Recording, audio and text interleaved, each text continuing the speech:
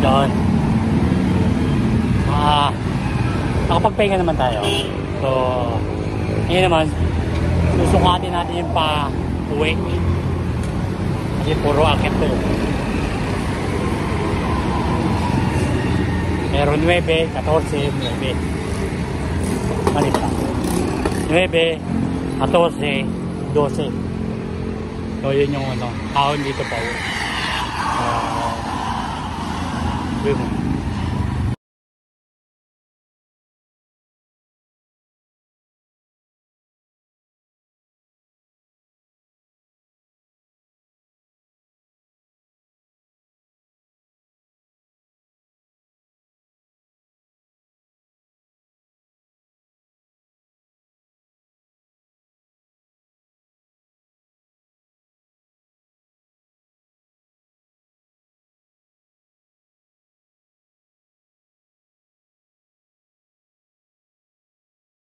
Alam niya, ang init eh. Bagong luto pa rin yung ano, ulam. Ilagay ko sa likod ko. Init. Pinaspasan ko na eh. Kahit ahon eh. Tarinangan ko muna eh. So, yun lang. Yan lang yung ano. Yung pag-uwi mo, may ahon ka pa rin. So, kailangan magtitira.